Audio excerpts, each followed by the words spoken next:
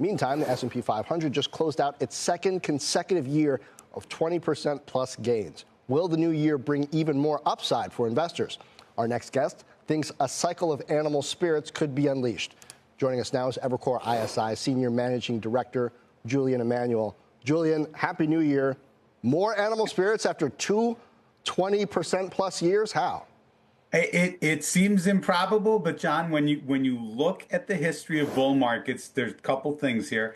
First off, this one is still relatively young, at a little over 2 years old, and gains of around 65% or so, which is well below the average in both time and price.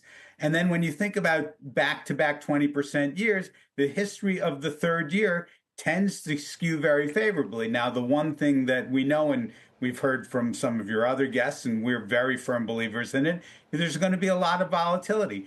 But in essence, what we've got is the bull market cycle where recessions and bull markets, we don't see a recession, but what we do see is typically the setup, particularly when you think about deregulation, for that loosening of animal spirits that we will see in 2025. Okay, so your end of year price target on the S&P, 6,800. What's the first major test? Where is it on the timeline that we have to pass to get there?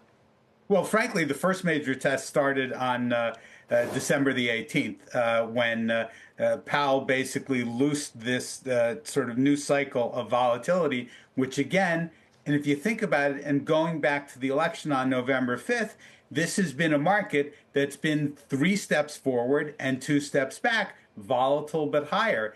That's what the blueprint's going to look like for us for the entirety of the year. But again, the 2 major milestones that we want to think about coming up in January are the start of earnings season. We expect that to be good, although when we think about the full year of 2025, consensus is probably a little too high, but that's not necessarily a negative for markets. And then, of course, the other thing is what we're going to see when Trump is inaugurated on the 20th, what we'll see in terms of policy. We think there'll be a lot of noise, a lot of things coming out, and just have to see how the market responds in the immediate term, with the most important thing being bond yields. Julian, we did lose S&P 6,000 after Powell. That doesn't matter?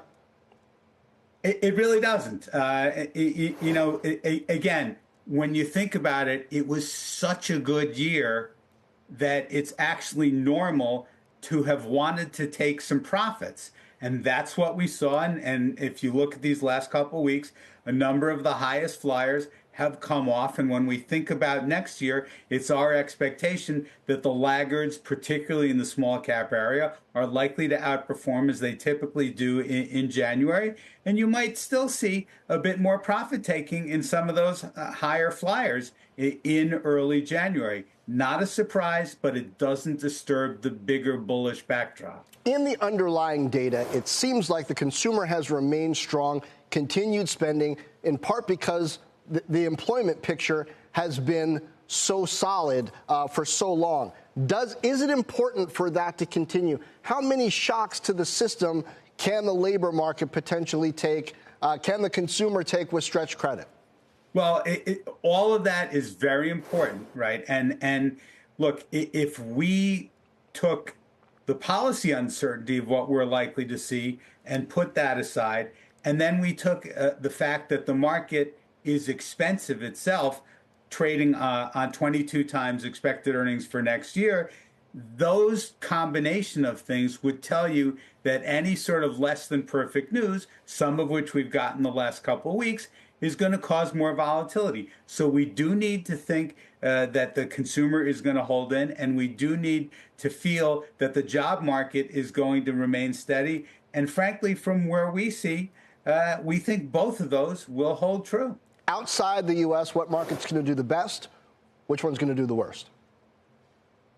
It's a tough call, because actually when you think about it in general, what we've seen is really a move away from all of the international markets and sort of crowding into the U.S. From our point of view, the greatest potential upside lies in places like Europe, where if you got some sort of solution to the hostilities between Ukraine and Russia, or in fact you've got something, an accord in the Middle East, those are the kinds of markets that have the most upside because, frankly, that's where the sentiment is the worst right now.